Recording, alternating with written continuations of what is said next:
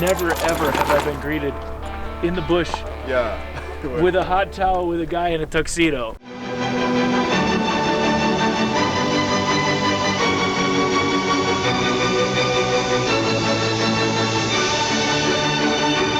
This commercial and so many more like it are directly connected to the town of Kimberley, South Africa. You see, in 1869, the diamonds that were discovered here directly changed the face of not only this part of the world, but also the way that we all get married nowadays. And being the curious traveler that I am, of course, when I land in Kimberley, South Africa to go hunting, well, of course, I want to know all about those diamonds and their history. But when I'm met at the airport by my guide Conrad from Jannie Otto Safaris, he tells me the diamonds can wait because a hunt of a lifetime awaits us. So he drives me an hour and a half away to an incredible property called Sandy Mount Park.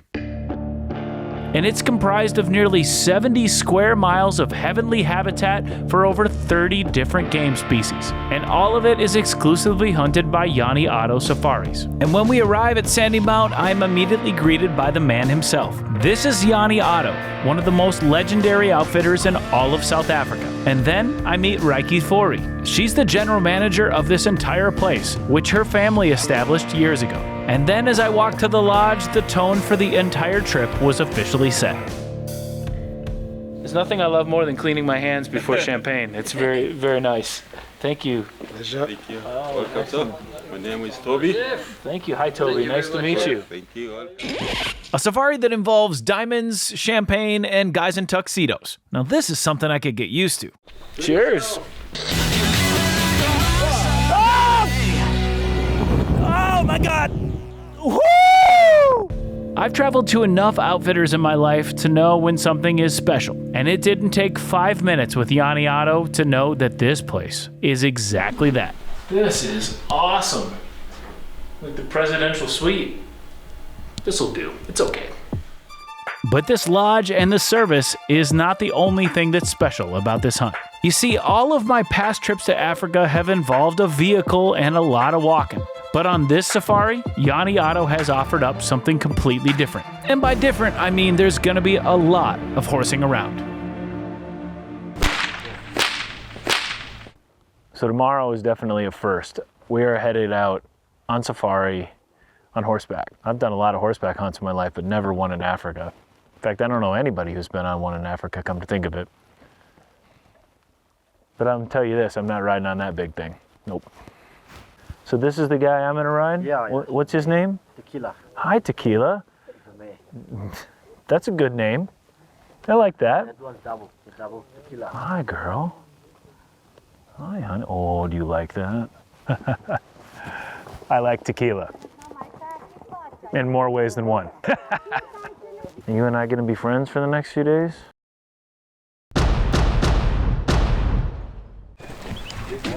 This is the first morning in the Free State of South Africa, and I'm headed out on horseback safari, and something tells me this is going to be interesting. Here we go. Just a few miles into my first horseback safari, we immediately started seeing game. But my guide Conrad and his tracker Jacob, well, they were great to make sure that I didn't get distracted by all of the animals we were seeing. And the reason for that is that what I'm after is a Roan antelope, which is one of the most elusive and sought-after plains game species in all of Africa. And it's a good thing too, because the more we rode, the more animals we saw. But after an entire morning of riding, we couldn't find any roan, and it was time for lunch. But to be honest, I was not expecting the kind of lunch that they do around here.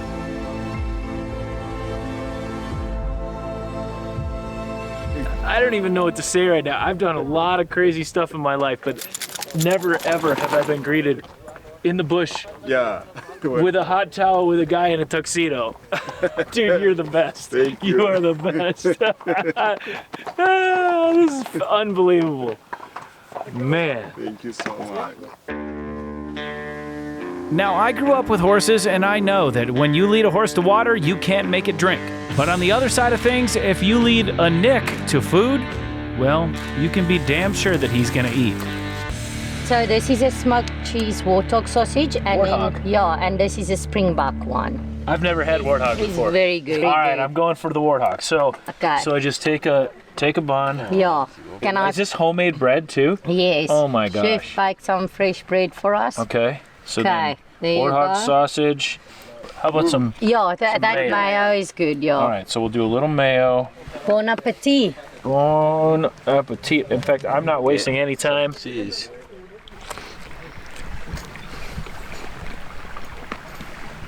Very nice. Yeah. That is so good. That is so good. Man, this is a day of first. Amazing. Yeah. Now, warthog sausage. Who would have ever thought? Oh my gosh. Just when I thought it couldn't get any better, I've got a dog sleeping on me, and Toby's bringing hot coffee. I've thought about it a lot, and hunting with Jannie Otto does not suck. Just saying. I could get used to all this lunchtime pampering, but we've got work to do. So we climb back in the saddle and keep looking for a big old roan.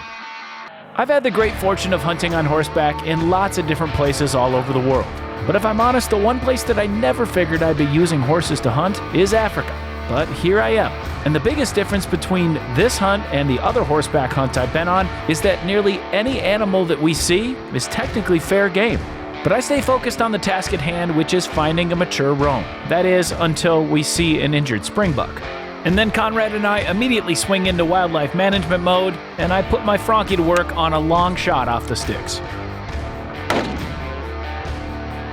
Is he down? He's down.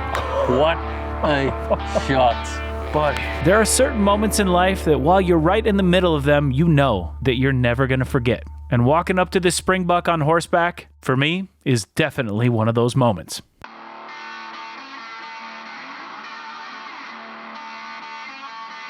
After we load up this springbuck on my horse, we take the long ride back to the lodge so that we can take care of it and get it in the cooler. And that gives Jannie and I a chance to sit down at the fire with a cup of coffee and get to know each other a little bit better. You go to the States and you talk to people, what do you tell them? Why should someone come on a safari? If you love the wildlife, Africa is very, very special. It's sometimes difficult to explain to somebody till you get them here and you go out and you get the African smells. Yeah. If you see what safaris and then especially hunting safaris is doing for wildlife, for conservation in Africa, and for people to come and look and experience how hunters are supporting the local communities. Yeah. You know, areas where you don't have any people or very few people going in. We always talk about photographic safaris. A hunter go to this remote areas where you have to walk, where you go out a photographic guy, stay on the back of a car, and you don't experience Africa like what we will do this week. Yeah. And that's one of the reasons why I say to people in the States, where we get most of our clients, you love the outdoors, come to Africa and experience the real outdoors. It's not just a business, it's a way of living, it's a way of survival, enjoying God's creations, you know, it's just amazing. Yeah. And you love it. I love it, that's all I've been doing my whole life, nothing else. The next morning, we saddle up and head out to a totally different part of the ranch and spend the whole day looking for roan. And while we didn't find what we were looking for, any disappointment I felt about that was immediately erased when we rode up to the tent camp that we were going to spend the night at. Look at this. That's incredible. Thank you. Thank you. Wow. Cheers. Cheers. You guys literally outdo yourselves here. This is unbelievable. This is quote unquote fly camp, they kept calling it, which I expected to be a couple of tents. Oh no, this is nicer than most hotels I've stayed at. Right, Tequila? Cheers. That night, I was reminded why I love safari so much. There was truly something special happening here. Maybe it was the drinks, or the cool night air. Maybe it was my springbuck being cooked over an open fire, or the people around me. Whatever it was, I was washed over by a calm, a peace, a joy, and a sense of quiet. And it seemed that everyone else felt the same, because not a lot was said at the campfire, and that was okay. We just sat and stared into the flames that would soon burn out and never be again. And when the food was ready, we sat at a table under the stars that was set as if it was in a 5-star restaurant. And then after that, I had a nightcap, and then I laid down in my tent and went to sleep a truly happy man.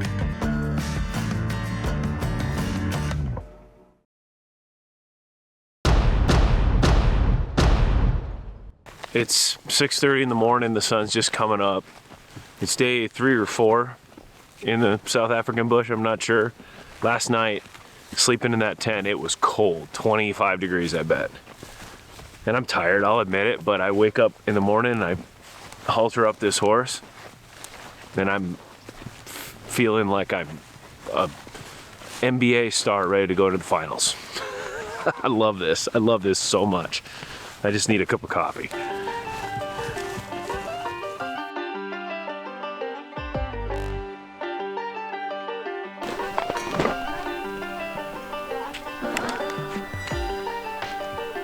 When we left camp on the horses that morning, there was something that told me that today was the day. And after riding and glassing for a few hours, we finally found what I came all this way for. But just because we'd found a mature roan doesn't mean we're going to get a shot at it. All right, we've spotted, finally, a big roan. I'm not confident that we can get close, but we're gonna try. At least we're in the game. Here we go.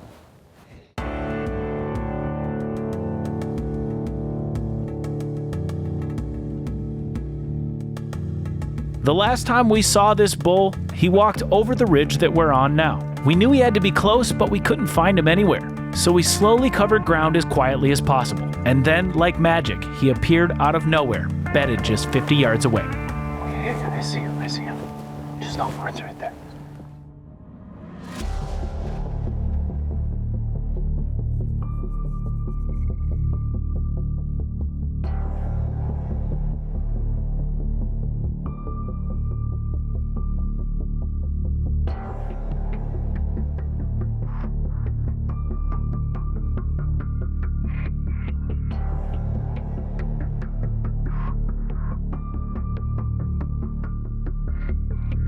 He's standing up right there.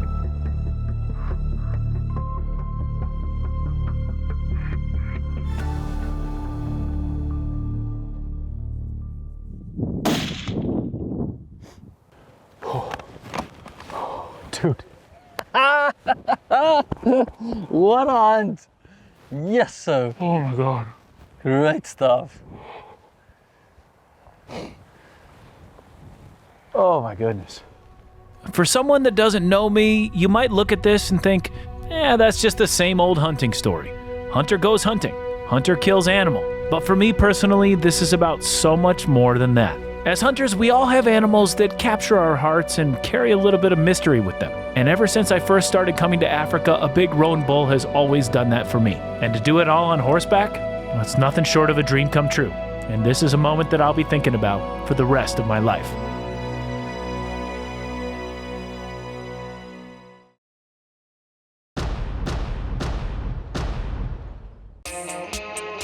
A dream has come true here in South Africa. I've taken my first ever Roan Antelope and I did it on horseback. To a hunter, this is what South Africa is famous for. But this part of South Africa is famous for something else too. I'm talking about a girl's best friend. I'm talking about diamonds.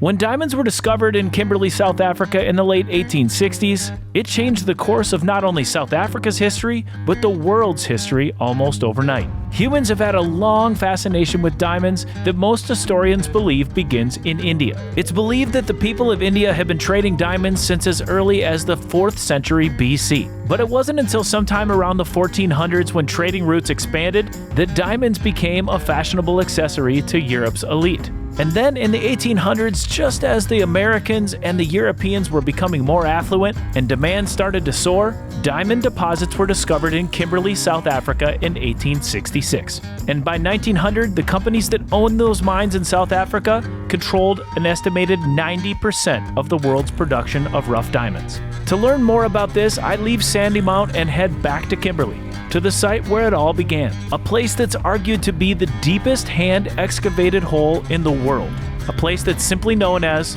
the Big Hole. Around here, the impact of the Big Hole is so significant that the mining town that surrounds it has been preserved in its original state as a museum. And it's there that I meet up with historian and local guide Jaco Powell. It's almost like time has stopped here. But take me back to when this was really, really bustling. What was this like, and why was it here in the first place? Yeah, you have to remember what the mode of transport was mostly horses, and later on horse-drawn carts. Sure. And whenever these vehicles were being used, like the trams, Yeah. it was electricity, and this was one of the towns that was the first to have electricity. So it was the first hotel fully supplied by electricity in the world, and the first house fully supplied by electricity in the world. And all because of diamonds. All because of diamonds. Wow. In Kimberley Club, they boast that there were more millionaires under one roof than anywhere else in the world at that stage, because it was so easy to become a millionaire from diamonds compared to other minerals. Jaco went on to tell me that when diamonds were discovered at the site that would become the Big Hole in July of 1871, people from all walks of life rushed to buy a claim. Each claim was a square that was 30 feet by 30 feet. Within a year, what was once a farm field became a city of over 50,000 people, many of whom got rich, and some who lost their lives. For 43 years, those men dug a hole by hand with pickaxes and shovels that was eventually over 1,500 feet wide and almost 800 feet deep. And they collected over 13 million carats of diamonds, which equates to about 6,000 pounds. Nowadays, the Big Hole is surrounded not only by a museum, but also by several shops that sell, yep, you guessed it, diamonds. And since I realized that I know almost nothing about them, I decided to visit one of those shops and learn from a master. And that's how I meet Andrea Yuri. She owns the Big Hole Trading Store. Her family has been in the diamond industry for generations, and I'm sure she'll regret ever meeting me because I have so many questions. When I think of a diamond, I think of this beautiful, perfectly cut. Yes, you know, absolutely. But that's not how it comes No, out of the ground. I mean, if you saw a diamond now, if you picked it up from the ground, it would look like an ordinary stone. So you get these things rough out of the ground, and that's when the real work begins. Absolutely, and then after that, you decide on what size and cut and polish it, and then And then that's when guys like me that want to get married go and spend a ton of money. Absolutely, and I encourage them. Yeah. Thank you very much. Well, I hate to admit that I've officially helped her in her industry twice now.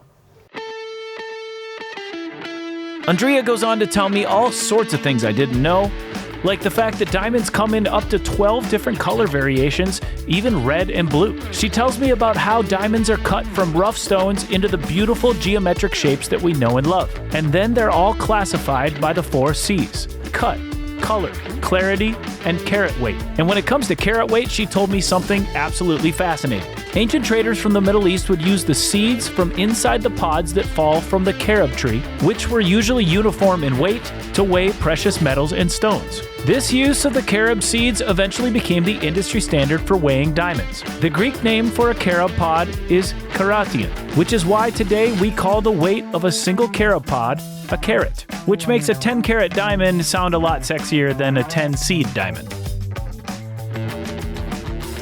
Oh my gosh, wow. That's incredible. Look at the difference in color though. I can see it instantly. Yeah. Maybe I missed my calling. Yeah, you want to come and sell diamonds I want to come and sell diamonds in Africa. Why not? Sounds great. Now that I'm a bit of a diamond expert, I leave Andrea's shop and Jaco guides me out so that I can finally lay eyes on the Big Hole. Oh, I didn't even realize it's right here. Holy crap. This was all excavated by hand. It takes my breath away almost. And then there were more pups per person than anywhere else in the world. You can imagine all the lights, all the activity at night. And like any mining town of the age, right? Like this was probably a town of ill repute in a lot of ways, right? Absolutely, yeah. And being away from the families, I mean, so many of the workers came here without their families. Yeah. So we're talking ladies of the night and lots of pubs. Lots of alcohol, yeah. Sounds like a pretty fun place, actually. Did I say that out loud? Yeah, you did? I did, yeah, I did. Sorry, honey. Big holes, horses, hunters, and cowboys. Historically speaking, I missed my chance to find a diamond here in South Africa, but I do feel like I found a bit of a figurative diamond in the rough. And I'm not just talking about a lone mature roan bedded on a hillside. I'm talking about a place like Sandy Mount, a legend like Jannie Otto, a professional hunter like Conrad, a businesswoman like Reiki, an expert like Andrea, a historian like Jaco, and a host like Toby. Discovering the vastness of this place with these people on horseback makes me feel like I've discovered something truly special. And the best part is that this is all a trip that you can discover for yourself. Thank you. And if you ever do make it to Sandy Mount, well, I can guarantee you this.